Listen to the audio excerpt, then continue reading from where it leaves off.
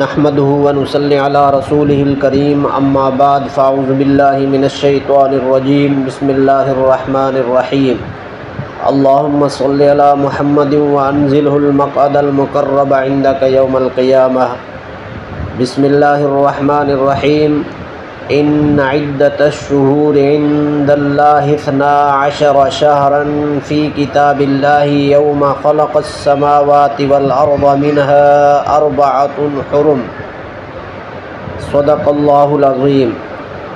محترم سامعین کرام و ناظرین محترم، آج ہمارا موضوع محرم الحرام کا مہینہ ہے۔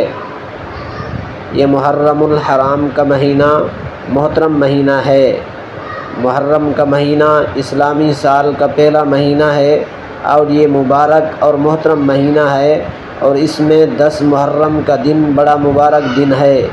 اس لیے مناسب معلوم ہوتا ہے کہ اس کے بارے میں بھی کچھ باتیں عرض کر دی جائیں، تاکہ جو باتیں یا فضیلتیں اس کے بارے میں ثابت ہیں ان پر عمل ہو، اور جو باتیں لوگوں نے اپنی طرف سے ایجاد کی ہیں اور اپنی طرف سے گھڑ کر انہیں اختیار کیا ہوا ہے اس سے بچا جائے، اور اگر غلطی سے ان پر عمل ہو گیا ہے تو اس پر توبہ کرے اور آئندہ مکمل طور پہ ان سے بچیں۔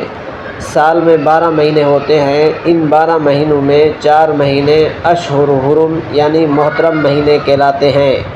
ان 4 مہینوں میں 3 مہینے تو مسلسل اور لگاتار ہیں، اور وہ یہ ہیں: نمبر 1 ذوالقعدہ، نمبر 2 ذی الحجہ، نمبر 3 محرم الحرام، اور نمبر 4 رجب المرجب۔ یہ 4 مہینے اسلامی مہینوں میں سب سے زیادہ محترم، معظم اور قابل قدر ہیں۔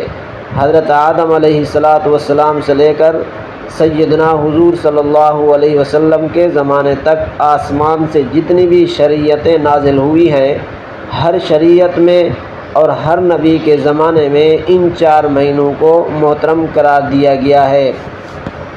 4 مہینوں کے محترم ہونے کا مطلب یہ ہے کہ ان 4 مہینوں میں زیادہ سے زیادہ اللہ پاک کی عبادت کی جائے، اور زیادہ سے زیادہ نیک کام کیے جائیں، اور زیادہ سے زیادہ گناہوں سے بچنے کا اہتمام کیا جائے۔